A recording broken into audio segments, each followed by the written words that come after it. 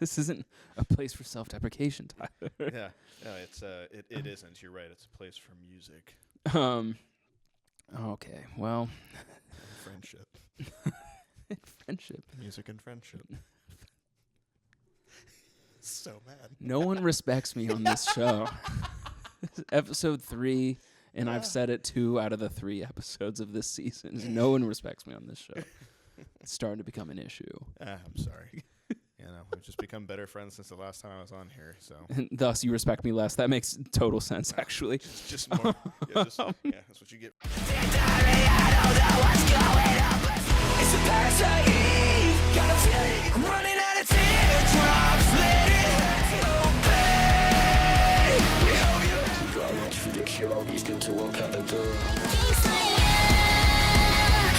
Killing me one by one.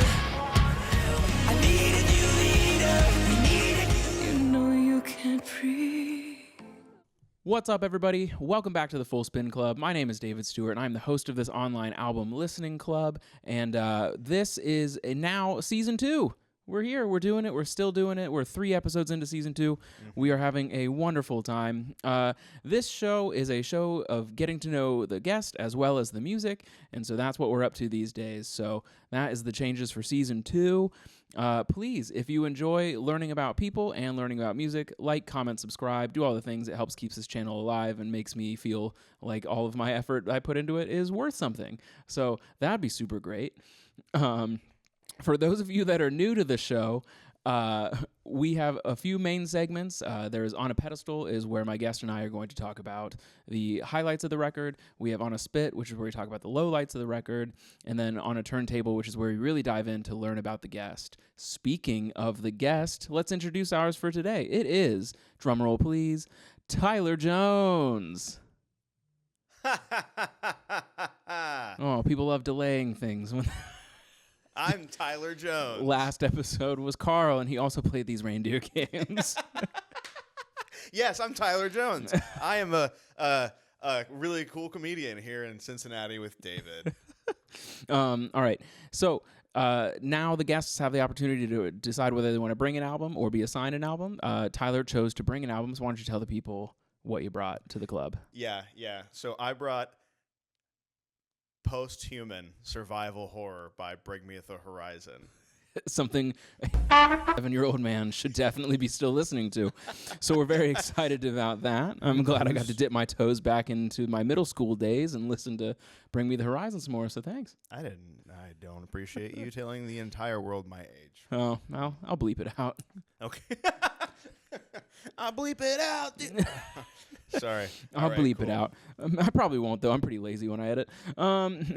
So we have a new fun first segment that as like a teaser for the rest of the episode. It's called Liner Notes. So Liner Notes is essentially the question, why? So why this album, Tyler? Why'd you want to bring this one to the club? Oh, man. So this album, it's one of those albums where I love it and I love to hate it. And it's just like really intense, and it really, a lot of it spoke to me during like the COVID times. Sure, it all broke out. The lockdown, the intensity of it, the lyrical content, the artistry of it, including like the videos. I don't know. I really just enjoyed it, and plus also like Bring Me the Horizon is just a thing that's like embedded in a lot of people's like metal-y past, like I have in myself, especially coming up in like the early 2000s, the Warped Tour era, you know what I mean? And so you can't ignore them. And I also worked at Journeys. And at least you definitely did not miss them. Yeah. They one song per album on that fucking television when I was just trying to sell shoes to moms getting their back to school stuff for kids. Nice. I bet you sold a pair to me. Yeah, probably. And I bet I made your mom buy socks. Someone did try to get us to buy socks. It was always me. Was that your upsell that they like forced you to do? Oh yeah, 100%. Okay. Yeah. Because like for a while I worked at the Cincinnati Zoo as a 16-year-old, and they always had like those upsell like plushies like at the counter, and I always had to like ask. And like at the time I was like a shithead 16-year-old and like didn't want to upsell something that these people didn't need. And I was like I'm not going to offer, or like when I did, I'd be like tongue in cheek about it. I'm like, do you want this dumb plushie that they're making me ask you about? You want this dumb plushie? That sucks, dude. I know. I got fired from that position, unsurprisingly. Yeah, can't imagine why. Yeah, because I was a shithead 16-year-old, and they'd be like, do you want to go outside in the blistering summer heat to go demo the bubble gun? And I'd be like, no. Yeah. Dude, that's crazy. Yeah, this is... Well, I mean, weirdly, this album is not something that I was listening to when I was an angsty teen. I was more like an angsty 34, 35-year-old. Yeah, so well, because it came out during the COVID era. Exactly. Like, that makes total sense. We were all very angsty during that period. Dude, we were all real weird during that. Yeah, if we weren't weird, I don't trust you. All right, so that's why we're listening. So let's dive into our first segment here on A Pedestal. Now these questions are not changing this season. These are all the same questions that whether if you're bringing an album, they're the same question. If you're assigned an album, they're a little different. So stay tuned for those. But so these are going to be the same for everyone, and the guests, or I mean the audience is going to know, and you know because I sent you an email. Yeah. But are you ready to dive in? I'm ready to dive in. All right, dude. So the first question for On a Pedestal these days is, as someone sharing music, there's always a hope that our Venn diagram has good overlap. What is part of this record you were rooting for me to pick up on and like the most? Okay. So I got an obvious one and I got a real nuanced one because I know you love nuance. I do love nuance. So like the biggest thing that I like the most about it is just like it's really like grating. Like the entirety of it is so intense. Ollie's voice is never been a voice where you're like, oh man, that guy's got a pretty voice. Even when he, on certain songs on this, when he should be singing nicer, he's not singing nicely. Yeah. And it's a thing I respect about him. So I really wanted you to like appreciate how this album has this just cacophony of noise to it. Yeah. And it still comes together really well and tastefully and with like a true artistic nature.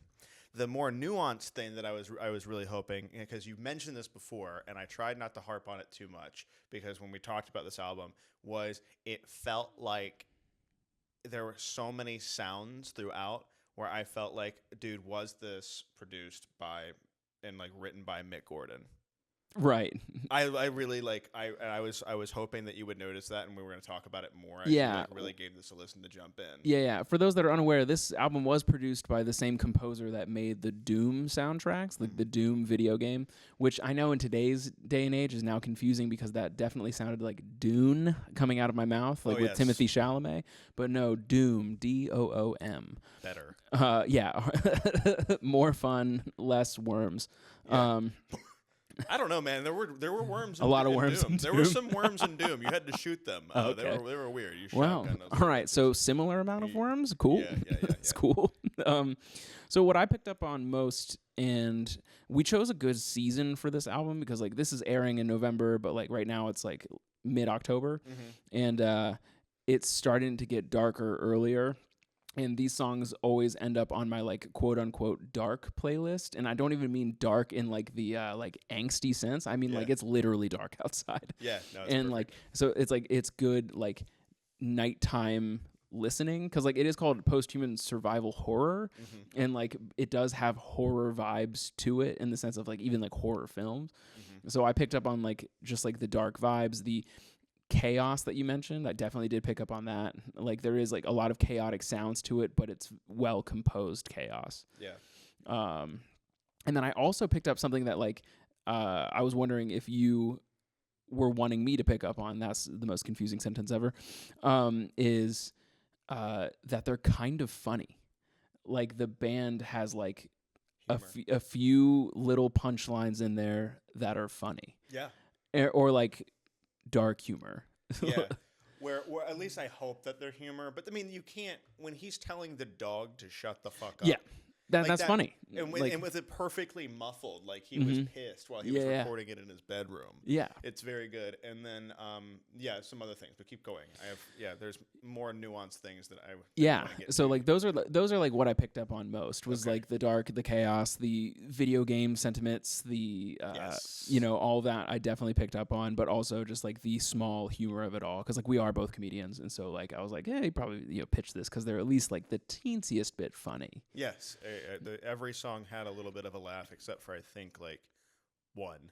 Yeah, was not, and that was because that was supposed to be like their single, was Teardrops. Oh, okay, yeah, the one where they sound most like Linkin Park. That makes sense. Literally, yeah. They're most like emo friendly. Yeah, the one that was like essentially a like Linkin Park left it on the cutting room floor, and, and they're like, we'll take that. Exactly. Oh man. But British as fuck. Yeah. Very good. Very good. Yeah, that's a good thing. And I really did want you to pick up on some of those things, and like the survival horror nature of it. Like every song has multiple references to survival horror video games. Resident Evil, Silent Hill, Phasmophobia, all those crazy like games that I love playing. Well, that makes sense because like a lot of that era when this came out and when it was like written. Was during like the very beginning of the pandemic, because this came out relatively fast in the pandemic era. Because like it was like March 2020 is when all that started. This was out by what, December? Like, because it was released in 2020, so that's impressive. That like it was popping out, and it was October. Was the time October 2020 is when it came out, but the songs were getting released in that June. Yeah, so like that's fast. Yeah. For like the writing and recording of everything, especially how well it's like how tight the production is, like that must have taken a lot of work. Yeah. But yeah, well, like those survival video games, that is exactly how it felt to exist during that time, especially because like people forget now that like it's been 4 or 5 years out, like we forgot how eerie that time was. Like there's like listening to this album again and then like being like, oh wow, like yeah, it really was eerie to exist during that time. Yeah. And I think they did a very good job of like turning that into something tangible. They like did. Yeah, which I was like, this is impressive. I was really happy to hear a lot of it, and I think like seeing them mature too, because I've like I said, known Bring Me the Horizon since they were basically like teenagers. Like I'm not saying like I've known them personally. My old band, I'm just sweet brag here, did play with them back in the day. But not like to sit here and be like, yeah, I was hanging out with Bring Me the Horizon. We opened for them on tour. Yeah. No, we were one of like 6 bands that opened for Bring Me the Horizon in a fucking shitty warehouse. They don't remember us. I don't even think they were there yet. Yeah, yeah. It was crazy, but it was a wild time.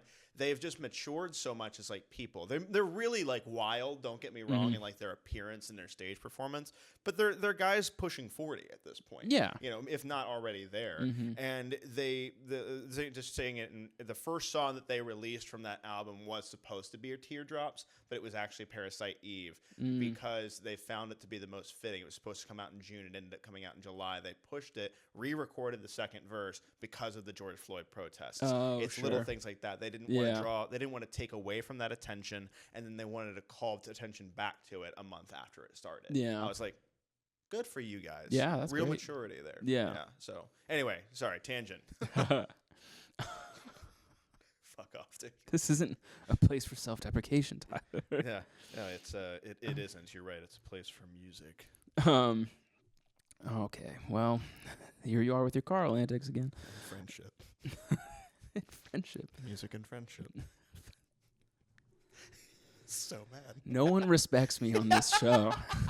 This is episode 3, and I've said it 2 out of the 3 episodes of this season. No one respects me on this show. It's starting to become an issue. I'm sorry. We've just become better friends since the last time I was on here. So, and thus you respect me less. That makes total sense, actually. Just more. That's what you get for being so smart and cool. Anyway. All right. So the next question for On a Pedestal these days is, I'm going to tell you my 3 favorite tracks. I want you to rate that out of 10, and then tell me what my picks say about me. Okay. And then I want to hear your picks as well. You got it. So my top 3 are Dear Diary. It's a classic. It's the opener. Are you going with number 1? Yeah. Like that's your favorite one. Or are you just saying 3 in general? I should have asked for I usually have them in order, and so like I will trust that I wrote them in order. All right, cool. So Dear Diary is number 1, Parasite Eve number 2, which is number 1 and 2 on the EP itself. Pretty much. And then 3 is Ludens. Those are my top 3. Dude, that rocks. Yeah. Yeah, what that says about you to me is that you really you must want to play video games. I've got most video game songs on there. Oh, I've gotten better at playing video games. Yeah. I didn't play them for a really long time because my buddies were so much better at them than me, and then like we would like play against each other, and I'd absolutely just get destroyed. Yeah, 100% destroyed. And then to a point where I'm like, I don't even want to play this anymore. And then like the video games that I played most were like Guitar Hero and Rock Band, and that's basically it. And then I only recently got back into playing video games, and I've been playing like Borderlands because I missed that boat literally 10 years ago when it came out. I mean, that's a great game. Yeah, and Portal 1 and 2. Yeah, beat those the other day. You were in a Portal. That game also fucking honks. Oh, yeah. It was great. Yeah. But they're all not new because I'm just behind. I think this is the perfect time to bring this up. I have said things honk around David Stewart at least 27,000 times, and he's never yet called it out. Like other people do. He just lets it happen and tries to ignore it, I think. I just let it hang. Yeah. I'm like that's me being kind. is I'm just gonna let that one hang, and like I'm not gonna talk about it. I'm not gonna be like that rips. Like I'm gonna say like, oh man, I'm gonna start using honks. I won't. So I'm gonna let you. Catch on. I'm not gonna yuck your yum here. Yeah, you're gonna end up saying it soon. So when this goes viral on TikTok, when it'll catch on. Clip comes out. It's gonna be so many outtakes from this fucking episode. Oh my god. Anyway, that's great though. Yeah, so it is those are the most video game themed songs on the whole album. And also it's just like they're really they have the catchiest nature to them. Yeah, because like. And so that really shows me like the ear that you have, like the whole, like the and I'm like, dude, that fucking rocks. Okay, that's such a good part of that song. So actually, like, I have like notes about like why know for each one. So like, let's go. So Dear Diary is like such a good opener, and it's like such a perfect representation of how manic the early days of the pandemic felt. Oh yeah. And like the breakdown in it is fucking sick. And that is one of the songs that has like a funny little punchline that I like, where it's like never mind, it's not the end of the world, and he's like, oh wait, and then it just rips into like the breakdown. That is such a good part of that song. Like he's like, it's not the end of the world, and like at the time we're all like, it might be. It might be. And like, so he's like, oh wait, like it's just super tight. Like I love that. Parasite Eve is really good because it was the one you mentioned earlier that had like the most like sort of commentary on what was going on. Oh yeah.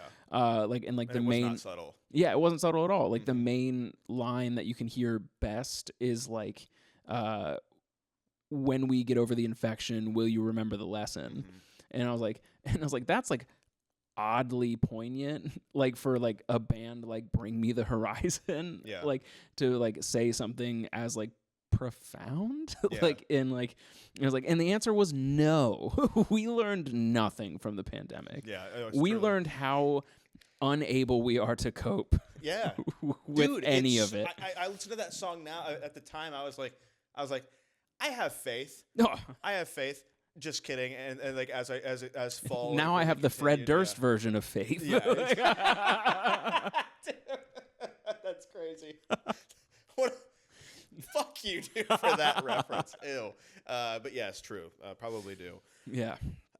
Great song. But go on. And then Ludens, like, don't get like the part you referenced is not what made me love it. Most. It was the mid breakdown punchline. Where he's like, I'm gonna like, you want to break down? You want to break down? And then like a kid going, okay, and then like it, like, and then they start, ripping these like chugging guitars. And I was like, I like the little punchlines. I like those. It's incredible. And what I couldn't get out of my head during that though is like, are they talking about the cough drops? Like, have you heard of Ludens cough drops? Oh yes, they're basically candy. They're fake. Like, they're not real. He's like, we need new Ludens. I was like, because they're candy. Like, But I can't stop coughing from COVID. Yeah. Oh, dude, that's so wild because that song came out. That song came out in 2000. Was actually technically the first one on the album to come out. Okay. Because it was released as part of a playlist. So I'll talk on that more later when I list my 3 because Ludens is one of them. Yeah, that's all I got for my 3. That's my top 3. Okay, cool. Yeah. Cool, so please feel free to dive in. Well, this is crazy. So that my top 3 are the same ones. Nice. But let me just for the sake of it, because it's so spot on the nose. Like I'll tie my third one.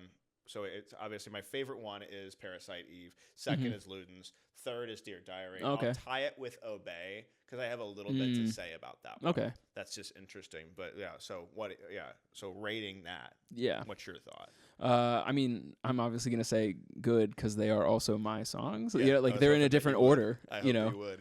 Yeah. I'm like, actually, your taste is dog shit because it's not in the particular order that mine is. So you're actually kind of bad at this. I just like the melody of Parasite Eve so much. It hits so hard.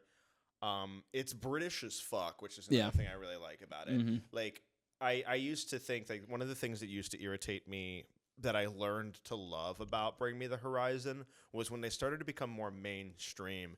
They did so much more of, I think it was as Ollie was figuring out how to sing. What's his singing voice supposed to sound like? Because like in previous albums, like the Can You Feel My Heart song, has a melody to his voice. Yeah. But he was kind of scream singing is what it sounded like. Yeah. And then he figured out how to sing. And he's quite good at it. Like he's not a phenomenal singer, but he hits some notes that are hard to hit. Yeah. And he's got a hell of a range, especially like the way he sounds like that live, which is also impossibly crazy because I got to see him at Riverbend last year. Okay. And he sounds the fucking same. Oh, good. Just a little more winded, which is normal. Right. But those notes in Parasite Eve are really challenging to hit. I like the term Parasite Eve, so I'll go to the video game thing. Okay. Point of explaining why I thought. Parasite Eve is a PS1 game based off of a novel based in a film. Sure. So it's literally about Eve, which is this soul-sucking pandemic virus. Oh. And so's the novel, so's the film, and it's like a Japanese horror film. Oh, sure. And it's all like a survival horror video game. So that's where Parasite Eve comes from. And it's all themed like it's literally a supernatural version of COVID. Okay. Excuse my ignorance, but is this the Korean film Parasite that was... No. Okay. No, this is different. Cool. So Parasite Eve, I think the film never came out. Okay. It's supposed to be made. Yeah. But it was a novel, then it was a film and a video game, and it was like 1998 is when the video game came out. Because Parasite's only a few years old. Yeah. This isn't Parasite. That would have been really wild. Yeah. But no, so that was that, and it's good. I like that the first verse really talks about COVID, and then the second verse gets really like political. And when he hits that big breakdown that builds up to it, it was so intense, especially as we were leading up to the election, where it was like, dude, how did you hit this? It was like COVID hits us that March, or at least here. It was already happening over there, and like hitting them full force. They're in lockdown, that first verse. And then the second verse is about like the vaccinations and the protests and the worldwide racism pandemic that we're facing at that time. And he's like, quarantine all of those thoughts in that black hole you call a brain before it's too late is a fucking amazing line. Like, it's like, dude, tight diss. Yeah. Tight diss. And then when he hits that breakdown buildup, he goes, when all the king's horses and all the king's men don't know their asses from their pathogens. Yeah. when life is the prison and death is the door, this ain't a warning, this is a war. I was like, let's fucking vote. I don't know why. Let's vote. Let's go vote for Joe Biden. Yeah, right. And I was like, and then I vote for Joe Biden. He's our guy. This guy will help us 100%. And they're over there with that fucking weirdo.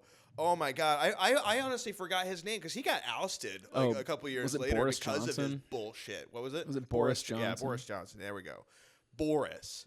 Fucking moron. He's anyway, like, we're gonna go vote for Sleepy Joe. Yeah, it's like we're gonna deal with the other shitty option. Yeah. Cool. But that was a crazy part. Just a great song. Speeding along, like Ludens is powerful because the story behind that song is dope. So, okay. We're getting back to survival horror again. Okay. It's video game stuff. And it's in 2016ish there was a you familiar with Silent Hill? Yeah. Okay, so Hideo Kojima is the guy that came up with Silent Hill. There was supposed to be a game called Silent Hills. He released something called PT, which stood for Playable Trailer. It was a free, unannounced, out of nowhere on the PS Store, like to download playable game. That was a trailer. When you beat it, you walked out. You were first person. You were completely helpless. You had no weapon. You were going down this endless hall that was ever evolving constantly. That was just. It was horrifying. Yeah. Like if you like, I encourage you or anybody else, you want to watch a horror movie, look that shit up on YouTube. Yeah. It's an hour playthrough.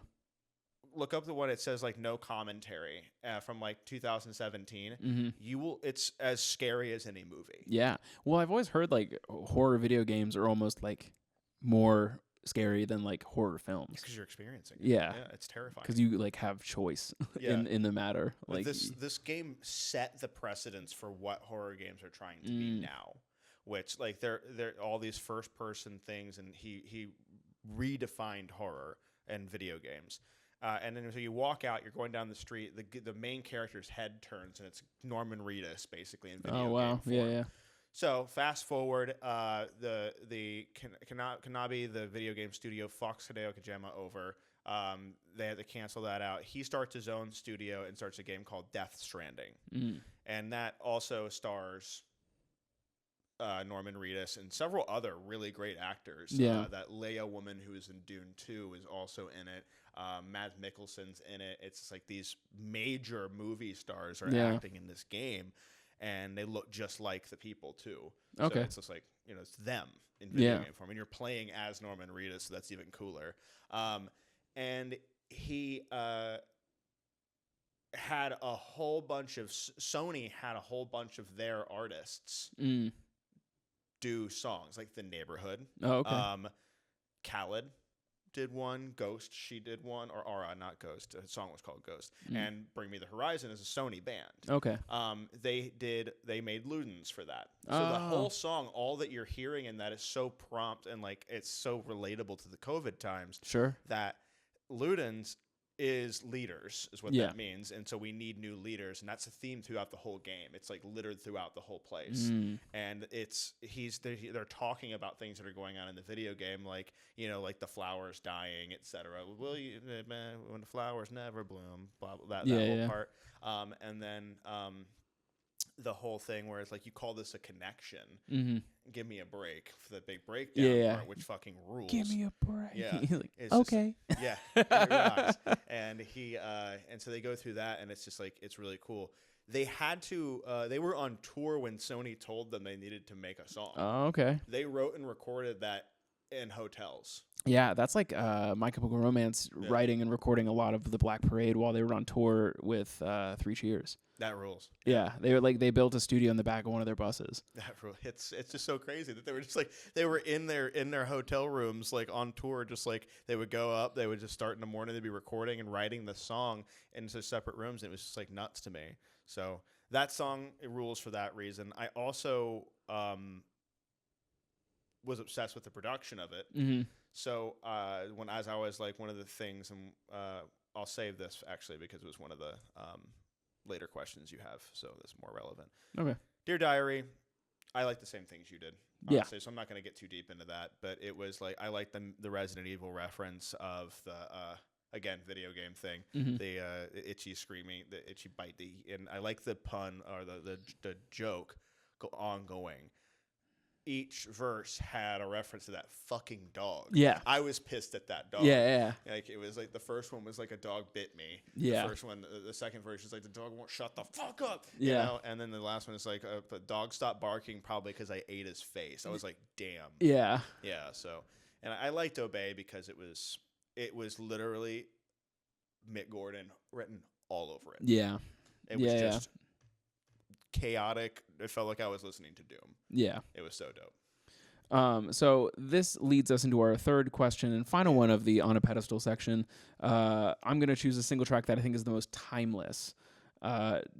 And then we'll see if we agree or disagree, and then I'll ask what yours is. Yeah. And we've already talked about it. It is Parasite Eve. Mm-hmm. I think that's the most timeless because of that sort of like poignant message of like, when we get over the infection, like, will we remember the lesson? Yeah. And I think that's like a very timeless line. Yeah.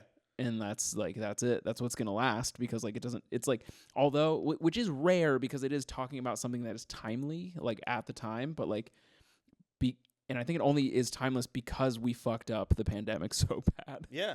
That like now we get to try again. You know, it's like 2008 housing crisis is looming towards us once again because we don't learn anything. Again. God, that's such an odd thing to like think about. No, yeah. Let's just get political as fuck on this show. Yeah, we get to try again. Like literally, we're up with Donald Trump again. Yeah, things haven't changed. Yeah. Things haven't changed. Try again. What do you mean? Yeah. Oh no, we're gonna try again. Yeah. This fucking clown's up again. Yeah. Oh man, for the third fucking election in a row, it's so crazy to me. But anyway, yeah, I mean, and up against another clown. It's just clowns and clowns. Yeah, so there we all go. clowns. Anyway, so it's you know, I know that my views don't represent David's nor anything on this show. I guess I don't fucking care. Not financial advice. I don't know. Yeah, it doesn't matter. It's just clowns are clowns. We're all clowns. We are comedians. So yeah, that's good. Mm-hmm. I like that one. Yeah. I can't disagree with you on it. Sure. I'd say like there's that one, but I also have to say that like for the sake of like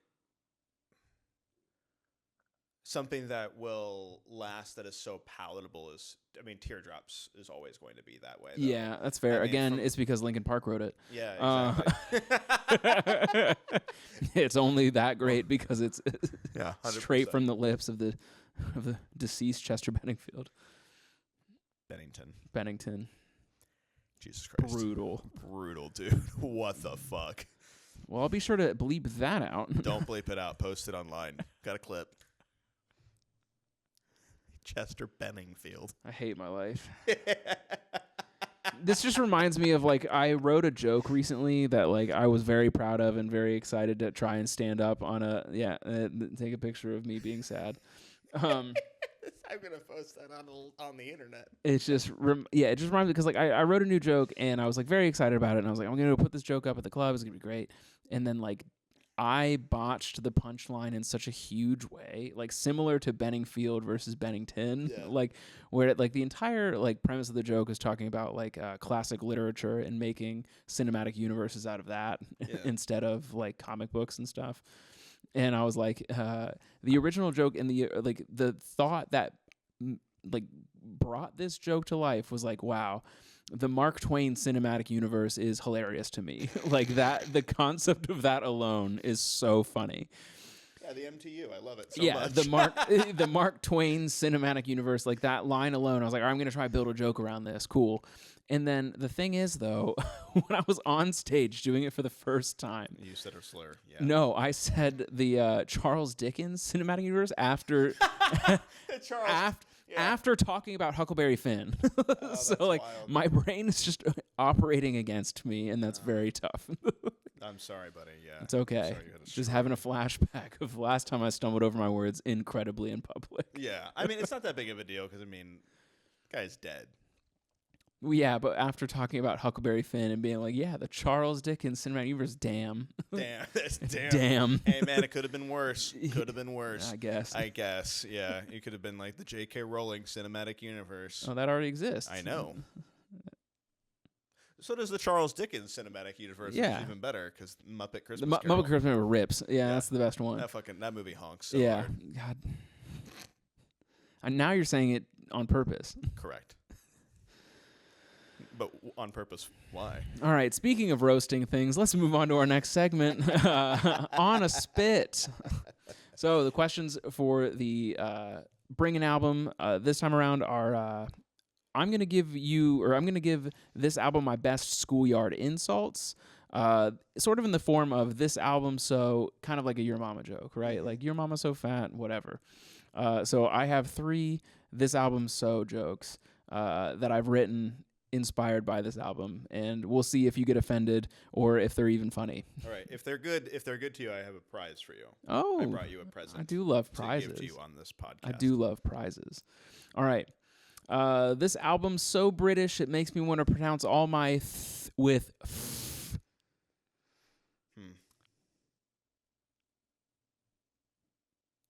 Okay. This is an appropriate silence, I'll be honest. This one was pretty phoned in. This one's pretty tough. Yeah, it's like, good. Okay. This one's tough. Did you use ChatGPT 3 or 4 for that one? Unfortunately, just my brain. Okay. You can do better. You're better than that, Dave. I'm better than this. I'm better. We will see. There's too many syllables. This album is so weeby, the merch rollout was waifu pillows. That's so fucking specific, my dude. That's insane. You went from nonsensical way too general to like basically a 13-year-old on TikTok would say that first one. I also can't wait for one of those weebs to come at me and say it's waifu. That's happened to me in real life before, and I'm like, so you want it to sound like the word wife? Got it. I'm sorry. I thought it was wafer. I thought we already Benningfielded it up. Yeah, so. The merch rollout was waifu pillows. I love it so much. That make that one actually rocks. All right, good, we're back, redeemed. Yeah, that's good. All right, third one. This album is so overproduced it could be on an episode of Nip Tuck.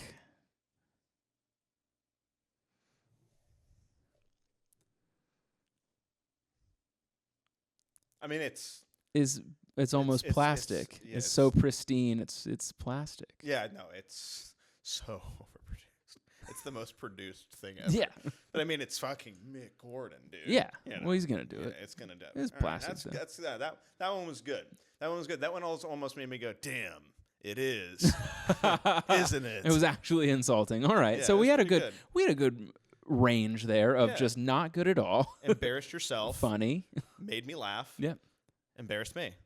All right. For loving it so much. That's it. Yeah. That's great. Very good. All right, great.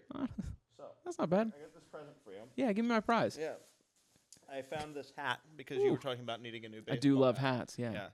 And I never see you in green baseball hats. Oh. And I got this for you. It says, only you can prevent forest fires. Yay. Smokey the Bear. Smokey the Bear. Because you're my little bear. Aw, thank you. I have been looking for new hats, so thank you. Yeah, of course, dude. This is great. Because you're my little sweetie bear. My little sweet, tart bear.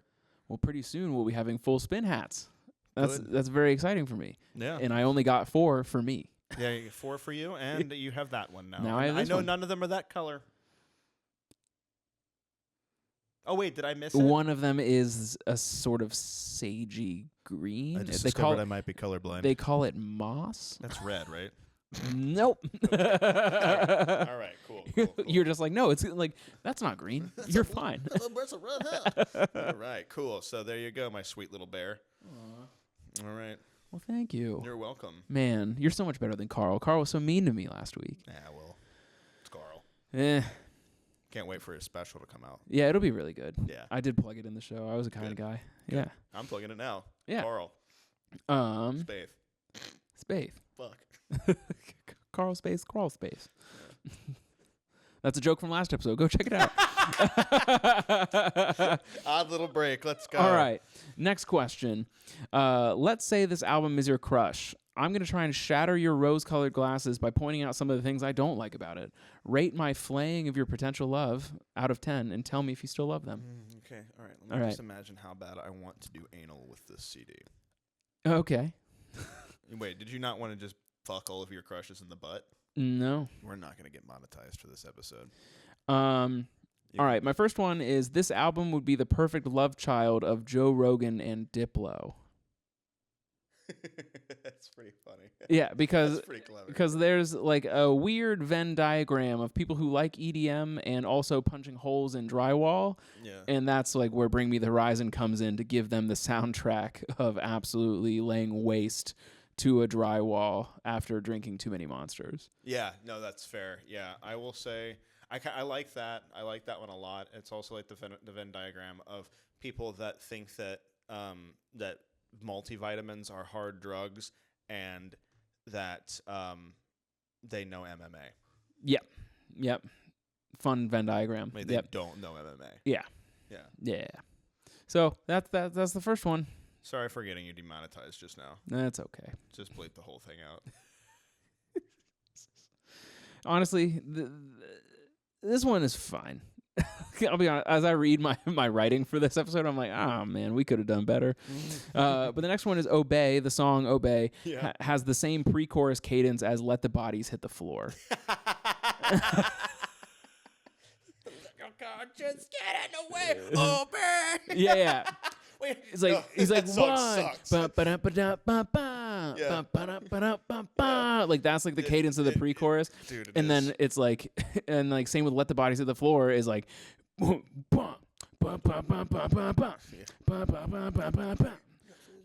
yeah. Something's got to give. Fuck. Yeah, it's very good. Yeah, that's like that's something I noticed. That would like so if I loved this, much the same thing. If I loved this album, that would absolutely ruin it for me. That was a rose-colored glasses shattering right there. I'm not bang. Gonna All right, we're back. I'm going to listen to that the same. Yeah.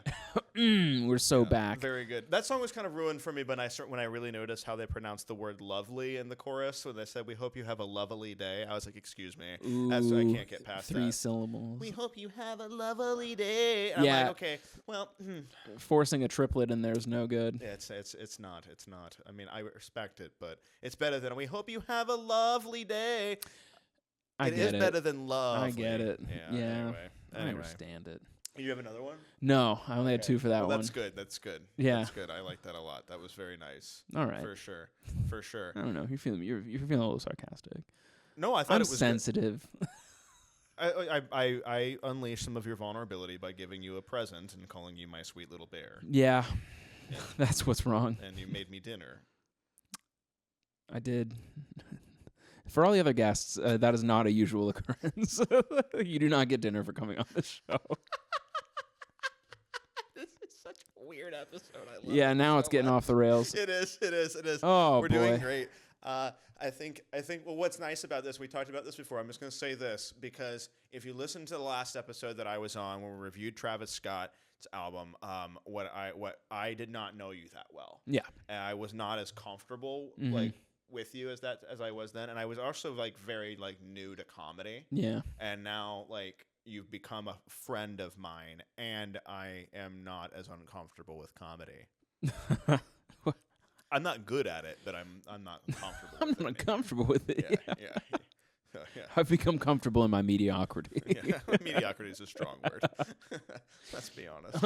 All right, let's move on. Let's get out of this section. Yeah, let's get out of this section. Let's each choose a song to cut from the record. If we agree, cool. If we disagree, we got to sit here and figure out which one truly needs to go. We're gonna cut the same album. We don't have to fucking talk about it even too much. Yeah, it's gonna be a shocker. Yeah. Is it the last one? Absolutely. Yeah. One day the only butterflies left will be the "In Your Chest as You March to Your Death." Yeah. First of all, long ass title for a lame ass song. What is it? 2006. Dude, but also like not even 2006 in the fun Fall Out Boy way. Yeah, it was 2006 in like the "oh my god, I hate Chiodos now" way. Yeah, I don't like it. Yeah, and then I had a second one where I was like I'll give you the runner up was "One by One." Dude, same. Yeah, the runner up. What the fuck are the Nova Twins, dude? Yeah, I don't know who that is. I don't care. But also, out of principle, the way they put it with like the numeral 1 X numeral 1 and then like the name of the song "One by One" and they're like, "We'll dig you one by one." I hate that. I hate it because and like I hate how clever they thought they were because I guarantee they thought they were clever by titling it that way, and it's just not. Just write it out. Yeah. I also don't like how the Nova Twins remind me of like Tegan and Sarah, but if Tegan and Sarah also were incestual. No, the Nova Twins remind me of one of like the 7 Evil X's from Scott Pilgrim, if anyone's watched that movie where like he has to battle a pair of DJs. Yeah, you and I just absolutely defined the difference in our age. Okay. Yeah. Yep. That was hilarious. That was so spot on fucking hilarious, dude. What the hell? I'm like Tegan and Sarah over here references, and like Carl's going to think that joke rocks, and then, somebody else is going to... Carl's made it incredibly clear he does not watch this show. he spent a really solid portion of the episode saying how he and no one else watches this just tag him in that minute and say, "Did you get it, Carl?" And then he's gonna be like, "No." Dude, and it's like, "No, dude, fucking, I hate Tegan. And I Sarah. hate everything. I only listen to Space Jesus." Anyway. But yeah, so that is those are the ones that would go. Yeah. Like if we can't take out Only Butterflies, one day the only butterflies left will be in your chest as you march to your death is the most annoying title to say out loud. Yeah. I will say I have to read it every time. I'm not memorizing that. It was massively disappointing too. Yeah. Because Amy Lee from Evanescence, like my childhood crush. Wow. Growing up, like I was obsessed with her. Oh, and yet she's singing like Gladriel from fucking Lord of the Rings.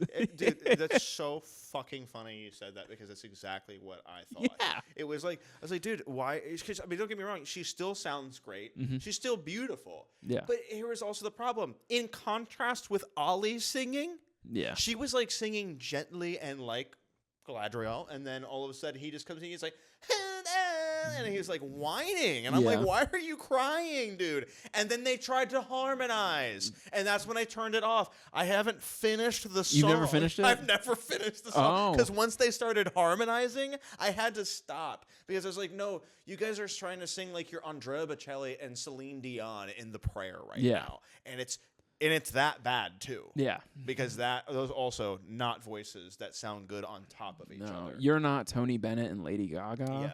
You're absolutely not Josh Groban and Sarah Brightman. Yeah. Charlotte Church, I mean. Yeah. Yeah. You're not a third reference because comedy comes in threes. Yeah. Yeah. Yeah. Quit it. Anyway, that one can go. That one sucks. That one can be left on the cutting room floor. It's a piece of shit. I also really just like the... That was good. You're also a third reference because God damn it. That's so good. Anyway, oh man. Just laugh. I'm complimenting you. It was really funny. I've been laughing this whole time, bitch. So, man, yes, that song can go. That one's done. That was an easy X. Yeah. So, all right. Next, we're on to our third segment, fourth, given liner notes as well. On a turntable. We're doing it. These are the questions that where we get to know you, the guest, with the album as a backdrop. Yes. So here we go. All right. I'll try to not be too talkative. All right. So given the multimedia vibe I noticed on the record, what is it that draws you to that kind of sound? I know you have a creative I know your creative background is eclectic as well. Do you have any aspirations to mash some of those things together in the future at all? And what would that look like? Yeah, man. So I think that when I was describing it before was like just the cacophonous nature of the album is something I like about it. I have been making and writing music since 2005-06, and I've been recording my own stuff since 2007. Mm-hmm. And I have this long-standing instrumental project that consists of hundreds of songs that I have never done anything with because they're for me. Mm-hmm. I just like them for me. It's just fun for me to express myself. And a lot of it works with the guitars. So I, for a long period of time there, I was like very obsessed with like math-ish metal, right? Okay. I liked crazy time signatures. I loved mixing things up. And especially if I was going to go instrumental, I want it to be weird and the timing to be confusing. So I'm like thinking like Meshuggah, cut the vocals, add ambience to the guitars. So I liked meshing that up. I would have like layers of like 5 or 6 guitars, like just so much, and with the heaviness of it, but it felt like it was like some sort of dissonant dream. And as I've evolved in like the creative background of it all, I still find like chaos is something beautiful to me in that expression for me specifically. Like it's for me. I do it in every creative outlet that I have. It's just creating like something that's going to make you go, okay, this has my attention. I don't know if I like it, but I want to keep listening. And I may come back to it again. It's like I want the things that I build like that to be memorable or not, but they're memorable for me, and I remember how I feel in those moments. And I think that that's what inspires a lot of my creativity. I don't know. So that's that part with like the music. So it's, I mean, I hear that a lot, and I am hugely inspired by Mick Gordon, as we said before, is because first and foremost, one of the most brilliant, like, I love Doom. Obviously, the Doom soundtracks when it rebooted in 2016 was incredible, but he also was doing, like, Killer Instinct, that old arcade game where you could be, like, a scorpion fighting a Tyrannosaurus Rex. Sure. Yeah, it was, like, really fun. He was just, like, he's a great composer up there with, like, Bobby Krilic and shit like that. It's just, like, so I became obsessed with that to create, like, a sort of cinematic vibe. That's how I feel about this album, is it's such a story. I mean, I could listen to this album instrumental and be fucking thrilled. Right. And I like that. It's just, something that's grating on my mind, something I'm never going to forget, something that I would be okay with telling myself I don't want to listen to this, but I know I'm going to come back to it. Is always the formula for me. And I regrettably kind of even build that into my comedy a little bit. So, and we'll talk about that here. But I mean, it's, So do you have any like ambitions to mash like music and comedy together at any time? Like similar to how like we're taught, like how this band kind of mashed like video game culture as well into their music, or like do you see any influences from your music in your comedy, stuff like that? To an extent, I love telling stories, as you know. So it's like, I mean, I've been asked, like, what's a short, quick joke of yours? I'm like, don't have one. It all just kind of flows together because it's just story time. I have and the quick jokes that I do have are pretty much designed to make you go, what the fuck? It's the misdirection part of my jokes is the quick ones. But no, I couldn't do that because it's all so serious to me. Sure. Yeah, very compartmentalized. My music comes from a place of pain. Weirdly enough, I have a separation of like music comes from a place of like my pain, my sadness, and even my joy sometimes. But it never really comes from a place of actual anger anymore. It used to back because I was like, believe it or not, like I said I was in metal bands. Yeah, but even that shit was never like rage. It was always just ouch. But like sometimes my comedy comes from a place of like frustration and anger and annoyance, and the two I can't see them living in the same space. Okay. There's certain things that you would probably laugh at. Sure. I put like I think on one song I put like for some reason just to make myself giggle a gun cocking before a huge breakdown. Yeah. Which was just because I could. Yeah, those are funny. Yeah, it's funny, of course, but that's about it, So I mean, maybe I'll put a saxophone in there and I'll send you the song. There you go. Yeah. Play the saxophone. These are the lead vocals. It's just saxophone. Good transition to the next segment. Next question. Do the spitty thing. Do the spinny thing. That's what we all like. Not the rest of the show. Not the effort you put into it all. Dude, you are sensitive right now. What's going on? I'm very in my head. The effort is amazing. Why do you think I'm here? I know. I'm incredibly in my head. Fucking talk to other people about this shit for this long. Jesus Christ. It's something exhausting. All right. Second question. There are some obvious, harsh, and heavy-sounding tones on this record, but there are some moments that are genuinely funny. I recognize this pattern in your stand-up as well. Talk me through your process of striking that balance between intensity and comedy. Where's your head at these days? Yeah, I think that's one of the coolest questions I've been asked in a minute. Hell yeah. Yeah, like especially about like something that's creative. It's something that I get told a lot by voices that matter in this comedy scene, and it is something that I try to cherish, but I try not to let it go to my head first and foremost, because if I overdo that, it becomes bad. And I know that for a fact, so I had to make sure, like, fuck. Because, as our friend Kat West said, she said, you're not an angry person, but it is always at a low boil. And I was like, that makes perfect sense. It's like when the Hulk, he's like, I'm always angry. Yeah. I'm like, okay, cool, dude. The balance there for me is like figuring out something that has made me incredibly angry, or has really genuinely confused me, bothered me. And most of my jokes come from a place of like, I am super pissed off about that thing that I noticed. So like if like, you know, you've got like fucking, what's his name? Seinfeld's like an observational comic, right? He's like, man, you look at that. It's fucking, you know, what's the deal with my ass, you know, or whatever. And I'm just sitting here like, yeah, what's the deal with billionaires being racist?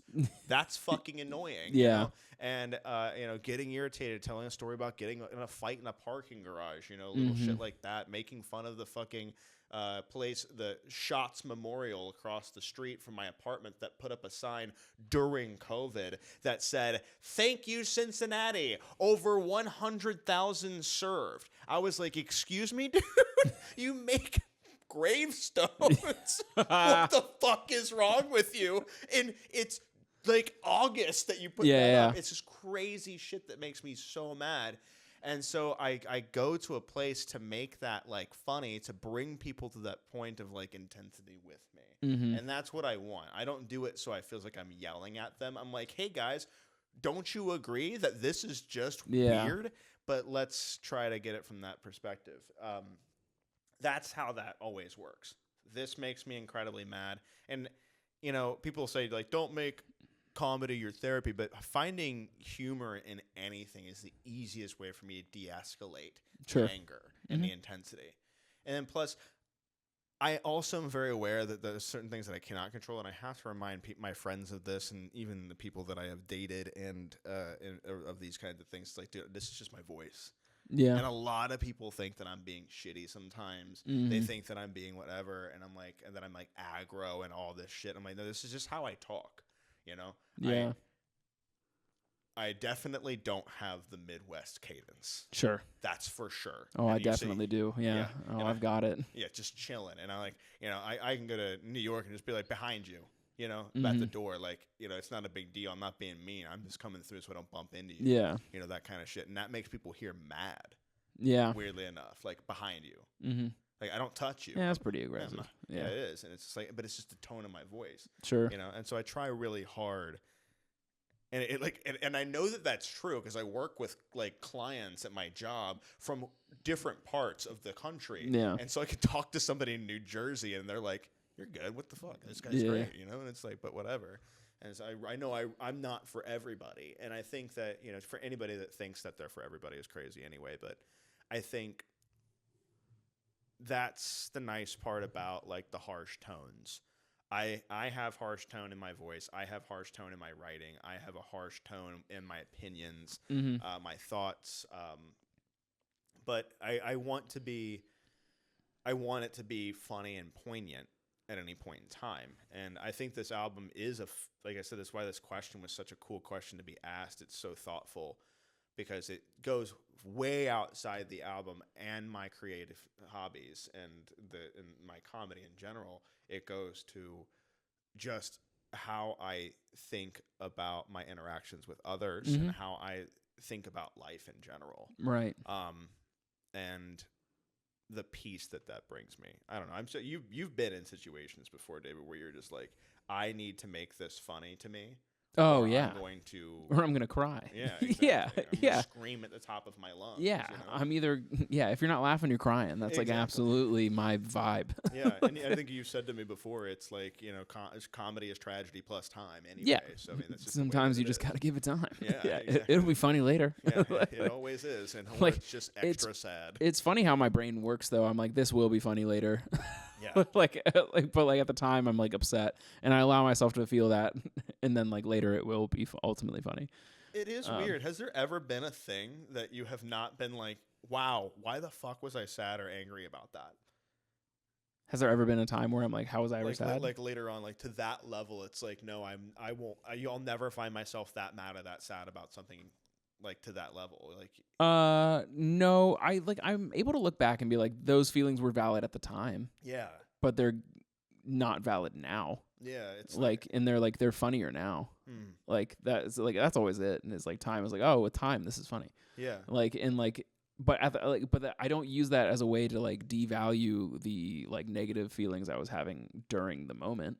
Yeah. Like I don't look back and be like, you idiot. I was like, no, at the time, get it out, dog. Like that's your thing. Yeah. But like later I'll be like, all right, that scenario is objectively funny. Yeah. Like, welcome to This Feels Funny. My name is Tyler Jones.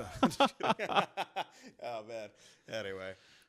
Yeah, no, that's a great question. Thank you for asking me that. What are your thoughts on that? Is that something that you like agree with me? Because you know that like that's not me being sensitive or anything. Yeah. I respect you as a comedian. Thank you. I respect you as a creative person.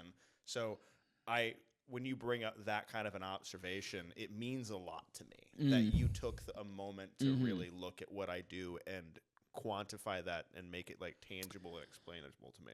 I mean, I don't want to use this as a platform to like give you advice on your bits, No. but like let's just say like in general. just in for general, being I think creative, like the intensity can be off-putting if not balanced correctly. Yeah. And I think that is your uphill battle, is finding the balance of intensity and approachability. Yeah. This is advice that David's given me before, by the way. Yeah, so that's exactly right. And Because like ultimately you can alienate your crowd by being too angry. yeah. I personally appreciate and like it's always clean comics that do this really well, but I appreciate what's awesome about this inherently shitty thing. Yeah. So like you're not devaluing the shitty thing by being like what's awesome about it. It's more of like you find yourself more in an ironic place, and that's like where I like to exist in humor, is like this is ironically funny. And that's like where I would go with a lot of your material, like about like the CEO being racist. It's like, why is that sick? Yeah. And then like you can ironically be like, it's really tight when they're racist because that's how you know you're gonna make $1 billion, you know, or some shit like that. Like that's like, I don't know, like it's like, but that's like how I would soften those blows. I don't think it devalues like your upsetness with it, because your upsetness is in the premise. And so like people are aware that you're upset about this just by the fact that it exists, and pointing it out is enough.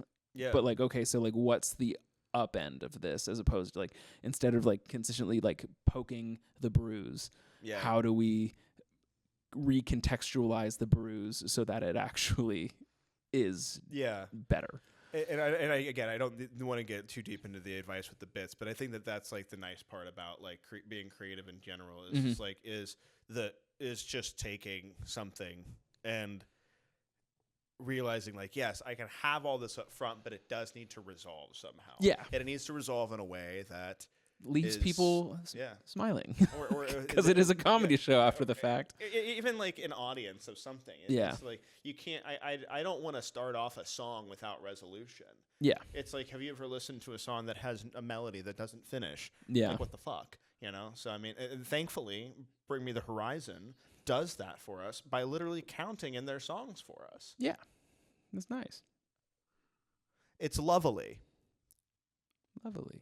Yes. Anyway, so welcome to Kill Tony. This is this is my worst 60 seconds of my life, and it's the worst 60 seconds over and over again for 2.5 hours. Yeah. Jesus Christ, dude! And we're gonna make fun of this guy too. All right, cool. Yeah, it did not mean for that to go down to bit coaching central. Hey. Yeah, I was more like actually just curious about like how did you come to that point? But yeah. But that's perfect. So it's just good. Like your uphill battle is just figuring out the balance. Yeah, definitely. And I know that, and I have had that advice stuck in my head for months. So we're good. All right. What's next? All right. I'm gonna cry.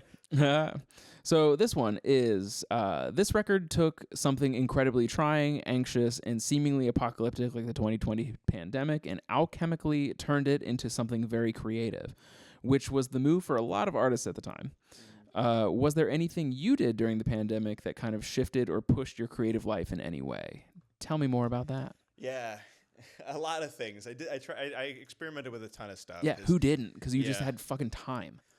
On March 17th, 2020, I had like a year of sobriety. Nice. As well. So like I was, when they were telling us all to go home, that fucking like the next day, I was like, cool, well, I guess I'm going to keep this going. So I was able to work remote. I was very fortunate. I was super fortunate. I was probably the luckiest dude on the fucking planet, I felt like, all the time. Yeah. Like, I had a good home. I had my health. I was still able to exercise as much as I wanted to. I had my job and everything else. And this isn't like me bragging, obviously. I'm really sorry for anybody that went through it and suffered. And I know a lot of people that did because I had friends that were like close friends in a group chat for Madison Theater that were all bartenders working in the service industry, and they were struggling. And I really felt for them. And I gave them when I could. You know, I would send them fucking DoorDash and shit and whatever they needed. But it was just wild at that time. I'd say that like one of the things that I was able to like really experiment with was like trying to find what I wanted my voice to be. Yeah. So it was something that really led me into comedy, which was cool. So the first thing I did was I did start a podcast, my first one, because I just wanted to see what it was about. And it was mostly like, it was something I knew was going to be temporary. You know, I didn't want it to be a thing that I was going to do long term. I said, I'll do this till this is over. And I did. I went a little beyond it, but I wasn't really interested in it anymore, so I just cut it. Yeah. And what I did was I interviewed my friends. Okay. Remotely. Yeah. And just said, tell me a fucking crazy thing that you want to talk about, and let's build that into a real story. And let's share that story together. And I would like edit it, and I learned everything you needed to do to start releasing a podcast, get captivating guests. I had my friend Cleo on there it was truly an amazing episode. She told the story of, she framed it as, it was really great. Here was a premise. I'll tell you the story of the time that I got to escape from a cult. Oh. And really what it was she told the story of how she got kicked out of being a Jehovah's Witness. Oh. And it was a really fucking good story. Yeah. Like, it was an awesome story. And we had a blast doing it. And then, you know, we went down that path, and just like, and then we eventually went to this whole thing where when the George Floyd situation happened and everything was combined with it, I was very fortunate. David Chimisoro was one of your guests on here. From friend Daryl Kemper, Roman Chicago, just an incredible Siri Amani, just an incredible group of just like thoughtful and just brave Black individuals that were sharing their experiences of just their excellence, their Blackness, their experience, their culture with me. And with anybody who was willing to listen. And Chimisoro was probably the most notable out of all those episodes. He had so many beautiful things to say he's so crazy, great, brilliant. But he had beautiful things to share. And then we even had Kelly Collette on there. She was fun to tell stories. How she quit her job to do comedy at that time. You know, it was nuts. So, I mean, I loved that, doing that. But the other fun thing that I did was I took Ludens. God. And I did it myself. Yeah. I recreated that song from scratch. Okay. From nothing. Because I was learning how to like master music production, and I wanted to learn like the more like digital soundscapes and stuff like that, because I was mostly like creating everything on instruments. So I literally spent two months recreating that song instrumental. Oh, wow. Yeah. And it was pretty spot on. I got it to that point where it was spot on. I would spend hours every day doing it. Wow. And it was really fun. Yeah. Wow, that's crazy. Yeah. Yeah.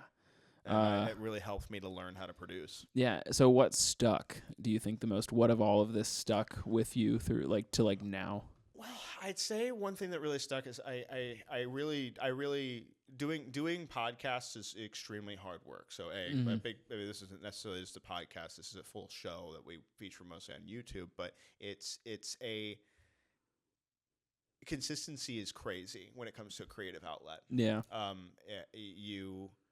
It proves to be impossible. It's the music that's always going to stick to me.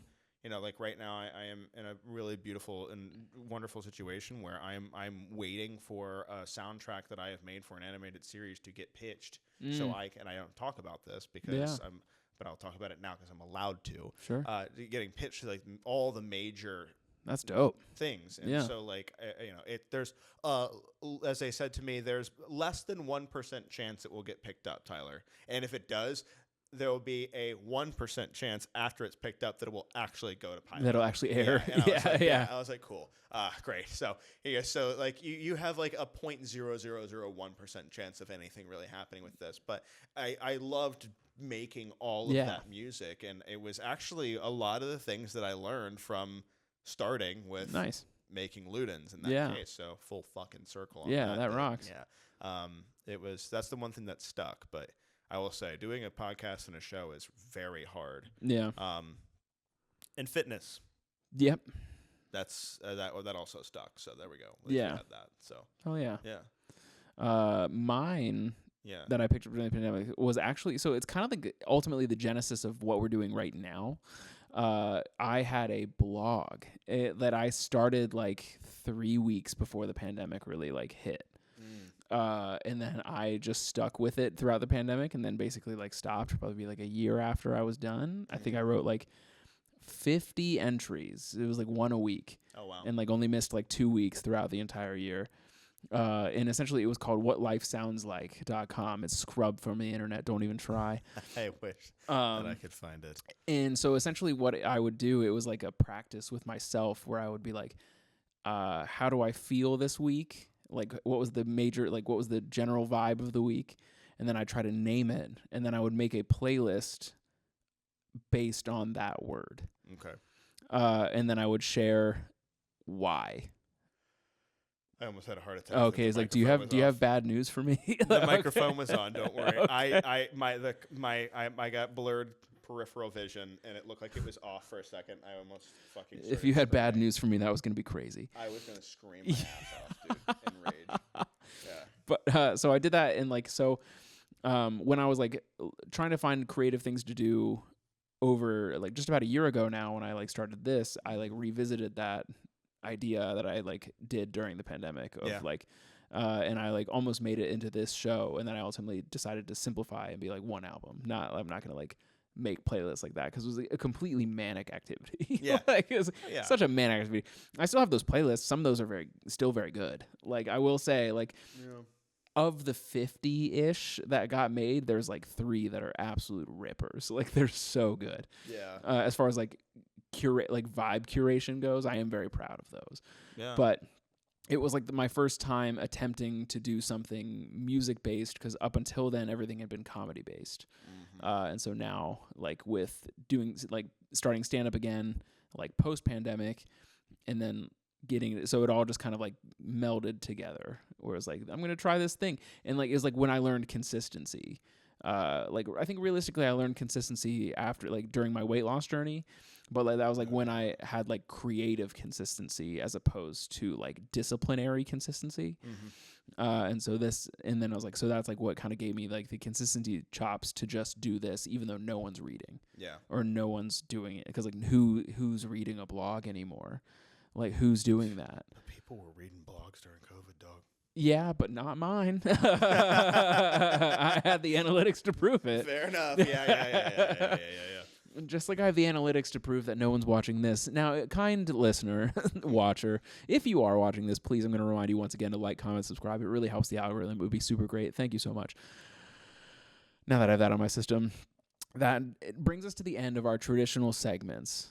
Which means we are at the end of the show, which is where I have now placed the record scratch, which is the fun mini game that I have made just for you. There's a mini game. Yes, there's a mini game the whole time. Oh my God, there was a mini game the whole time. I forgot to pitch it at the beginning of the episode. Oh my God, and I said to him, I'm going to make this short.